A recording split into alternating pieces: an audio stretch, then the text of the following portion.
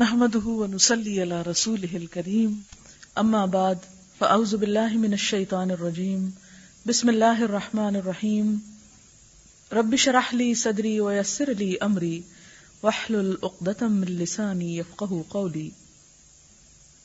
آج سے میں کچھ احادیث رمضان کے بارے میں، روزے کی فرضیت کے بارے میں اور روزے سے متعلقہ مسائل کے بارے میں بیان کروں گی۔ آپ میں سے بہت سے لوگ ان احادیث سے واقف بھی ہوں گے۔ کچھ چیزیں یاد ہونے کے باوجود اگر دوبارہ دہرا لی جائیں تو انسان زیادہ یقین اور اطمینان کے ساتھ ان پر عمل کر سکتا ہے۔ اور جیسا کہ آپ جانتے ہیں کہ یہ علم ایسا نہیں کہ جو صرف ہمارے لیے ہو، یہ علم باقی ان تمام لوگوں کے لیے ہے جو یہاں پر نہیں آتے۔ لہذا ایک بات جاننے کے باوجود اگر دوبارہ سن لی جائے اور اس پر شرح صدر ہو تو اسے زیادہ اطمینان کے ساتھ انسان دوسروں تک پہنچا سکتا ہے۔ تو سب سے پہلی چیز روزے کی فرضیت ہے۔ جیسا کہ آپ جانتے ہیں کہ اسلام میں کچھ عبادات فرض کا درجہ رکھتی ہیں اور روزہ انہی میں سے ایک ہے۔ روزے کی فرضیت قرآن پاک سے بھی ثابت ہے اور سنت رسول صلی اللہ علیہ وسلم سے بھی۔ قرآن پاک کی وہ مشہور آیت آپ سب کو آتی بھی ہوگی، یا ایھا الذین آمنوا کتب علیکم الصیام کما کتب علی الذین من قبلکم لعلکم تتقون۔ اے لوگو جو ایمان لائے ہو، تم پر روزے فرض کیے گئے جیسا کہ ان لوگوں پر فرض کیے گئے تھے جو تم سے پہلے گزرے، تاکہ تم بچ جاؤ۔ گویا روزہ ایک ایسی عبادت ہے جو صرف امت محمد صلی اللہ علیہ وسلم کے لیے ہی فرض نہیں بلکہ اس سے پہلے لوگوں پر بھی، یعنی پہلی قوموں پر بھی روزے فرض کیے گئے۔ اور روزے کی غرض و غایت کیا بتائی گئی کہ تم بچ جاؤ۔ تتقون، جیسا کہ آپ سب جانتے ہیں کہ تقوی کا لفظی معنی، لغوی معنی بچنا ہے۔ کس سے بچ جاؤ؟ گناہوں سے بچ جاؤ۔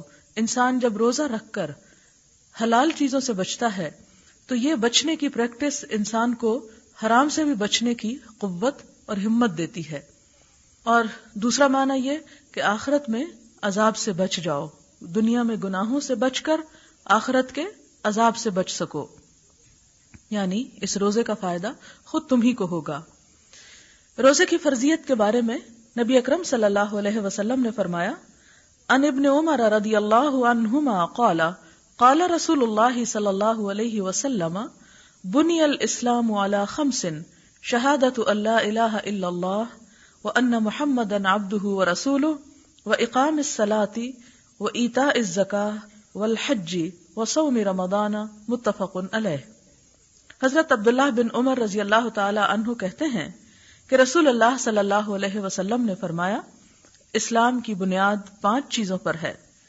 نمبر 1 کلمہ شہادت، اشہد ان لا الہ الا اللہ واشہد ان محمدا عبدہ ورسولہ۔ نمبر 2 نماز قائم کرنا۔ نمبر 3 زکوٰۃ ادا کرنا۔ نمبر 4 حج، اور نمبر 5 رمضان کے روزے رکھنا۔ بنیاد کس کو کہتے ہیں؟ یا یہاں پر جیسا کہ لفظ بنیا استعمال ہوا ہے، یعنی بنایا گیا، تو اس کا معنی ہے کہ وہ بنیادی چیز جس کے بغیر کوئی عمارت قائم ہی نہیں رہ سکتی۔ اس کو آپ پلر سے بھی تشبیہ دے سکتے ہیں، جیسے کہ ایک اور حدیث میں نماز کے بارے میں آتا ہے کہ الصلاۃ عماد الدین، نماز دین کا ستون ہے۔ اس وقت جس کمرے میں آپ بیٹھے ہیں، اس کی چھت کو سہارا دینے کے لیے آپ دیکھ رہے ہیں کہ کچھ ستون آپ کے سامنے ہیں۔ اگر ان ستونوں کو ہٹا دیا جائے تو آپ کا کیا خیال ہے کہ یہ چھت باقی رہے گی؟ یہ چھت باقی نہیں رہ سکتی۔ بالکل اسی طرح اگر ان بنیادی عبادات میں سے، ان بنیادی چیزوں میں سے کسی چیز کو زندگی سے نکال دیا جائے یا اسے لازم نہ سمجھا جائے تو اسلام کی عمارت بھی ڈھہ جاتی ہے۔ اسلام کی عمارت ڈھہ جانے کا کیا مطلب ہے؟ کہ انسان صحیح طور پر مسلمان نہیں رہتا۔ مسلمان کوئی شخص کسی مسلمان کے گھر میں پیدا ہونے سے نہیں ہوتا، یا کوئی شخص مسلمانوں جیسا نام رکھ لینے سے مسلمان نہیں ہو جاتا۔ مسلمان نام ہے کام کرنے کا، عمل کرنے کا۔ اسی لیے اللہ تعالیٰ قرآن پاک میں فرماتے ہیں کہ یا ایھا الذین آمنوا آمنوا باللہ ورسولہ، اے لوگو جو ایمان لائے ہو، ایمان لاؤ اللہ اور اس کے رسول پر۔ تو جب ایمان لا چکے تو پھر کیا ایمان لاؤ؟ تو اس کا معنی یہ ہے کہ جس طرح ماننے کا حق ہے، جو کام کہے گئے ہیں انہیں کر کے دکھاؤ. تو ان کاموں میں ایک تو وہ کام ہے جو کرنے کے بعد ہی انسان اسلام کے اس عمارت میں داخل ہوتا ہے، اور وہ ہے لا الہ الا اللہ محمد رسول اللہ. وہ اسلام کا دروازہ ہے، یا اس دروازے کی ایک کنجی ہے. جیسے جنت کی کنجی کے بارے میں آپ نے پڑھا ہوگا کہ جنت کی کنجی کیا ہے؟ لا الہ الا اللہ. وہ اس کے بغیر نہیں کھلے گی. اسی طرح اسلام کا دروازہ بھی لا الہ الا اللہ کے بغیر نہیں کھلتا. انسان جب اس کمرے کے اندر آ جاتا ہے تو کچھ چیزیں بنیادوں کی حیثیت رکھتی ہیں، کچھ دیواریں ہیں، کوئی چھت ہے، کوئی اس کے اندر پڑا ہوا مختلف طرح کا سامان ہے. بالکل اسی طرح اسلام میں بھی کچھ چیزیں بنیادیں ہیں، اور ان بنیادوں میں یہی عبادات ہیں جس کا ابھی ذکر کیا گیا. کچھ چیزیں جو ہیں وہ اس کی سجاوٹ سے تعلق رکھتی ہیں جیسے اخلاق وغیرہ. کچھ اور چیزیں جو ہیں وہ اس کے باقی سٹرکچر کو کور کرتی ہیں جیسے احکام وغیرہ. ان تمام چیزوں کو اگر پورا کیا جائے تو ہی اسلام کی ایک بہترین عمارت قائم ہوتی ہے. اسی میں روزہ ہے. روزے کی فرضیت جو ہے یہ کب سے ہوتی ہے؟ رمضان المبارک کا جب چاند نظر آتا ہے، جب سے روزہ فرض ہوتا ہے. یعنی اگر رمضان کے علاوہ مثلاً شوال میں، مثلاً ذیقعد میں، مثلاً ذوالحج میں کوئی شخص پورے مہینے کے روزے رکھے تو اس کا فرض ادا نہیں ہوتا. نفلی روزے تو انسان پورے سال میں کسی وقت بھی رکھ سکتا ہے، لیکن فرض کی ادائیگی کے لیے کیا ضروری ہے کہ رمضان ہی کے مہینے میں روزے رکھے. اس کے لیے حدیث میں آتا ہے ان ابی ہریرہ رضی اللہ عنہ قال قال رسول اللہ صلی اللہ علیہ وسلم اذا دخل رمضان فتحت ابواب الجنہ وغلقت ابواب جہنم وسلسلت الشیاطین. متفق علیہ.